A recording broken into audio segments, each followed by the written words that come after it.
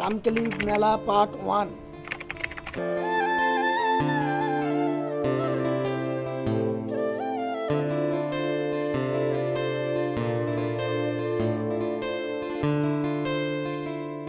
এই তো আমরা গৌড়ের গেট পেরিয়ে আমরা মেলার ভিতরে প্রবেশ করছি।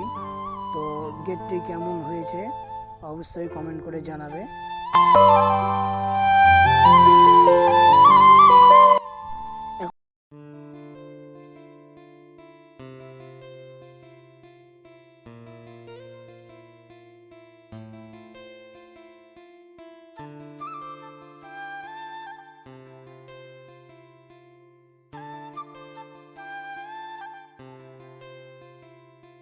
হাই ফ্রেন্ডস, তোমরা কেমন আছো?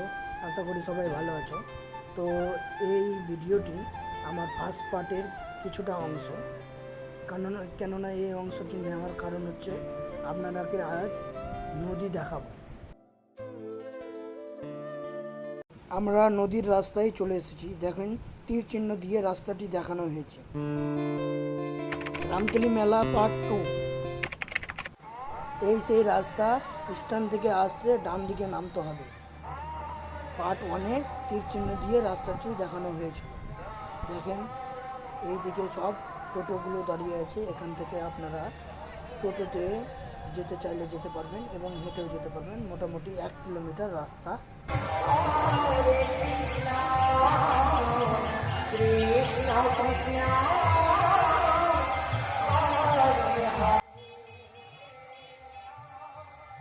এখানে আমাদের স্থানীয় দাদা, কাকা, মাসি সবাই মেলায় আম নিয়ে বসেছে।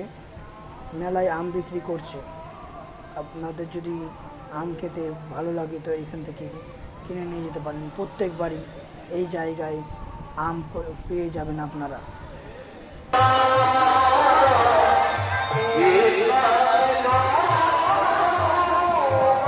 খেয়াল করে দেখবেন, এখানে একটা বট গাছ আছে।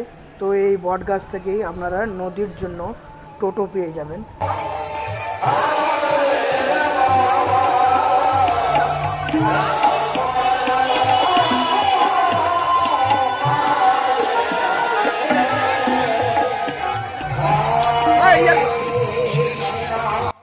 এই সব টোটো আমাদের স্থানীয় টোটো বা লোকাল বলতে পারেন। এগুলো সব আমাদের আশেপাশেই বাড়ি। তো সবাই আমরা মেলার দিন নদীর ভাড়ায় মারি।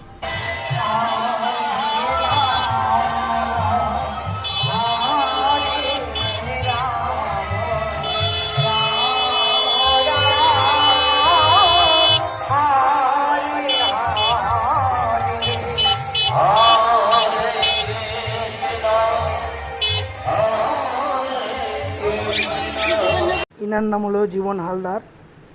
আমরা জীবন জোকার বলি ওকে। ভালো একটা টোটোওয়ালা, মজা করে ভালো। দেখেন, আর একজন ওর কথা শুনে হাসছে কিভাবে, পুরো মজা নিয়ে নিল।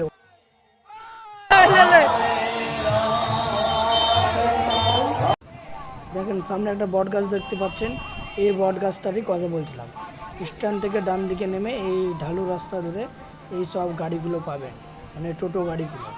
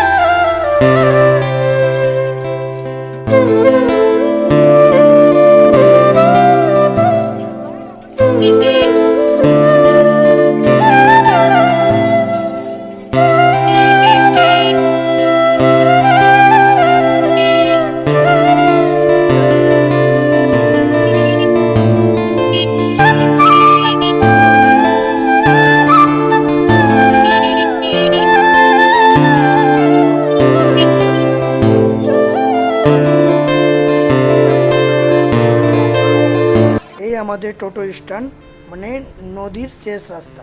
এখানেই গাড়ি দাঁড়িয়ে যাবে, কিছু দূর যেয়ে নদী। ডান দিকে একটা মন্দির আছে, হাবাসখানা নামে পরিচিত। নদীতে স্নান করার পর ওখানে অনেক প্যান্ডেলে নাম কীর্তন হচ্ছে বা মন্দিরেও হচ্ছে। ওখানে ভোগ পেয়ে যাবেন, ওখানে ভোগ খেয়ে আপনারা আবার মেলার দিকে রওনা দেবেন। এরকম যাত্রীদের মতো হেঁটেও যেতে পারেন, আবার টোটো আবার ঘুরে তো এই রাস্তায় যেতে যেতে একটা গ্রাম পাবেন, গ্রামটার নাম হলো ভোলানাথপুর।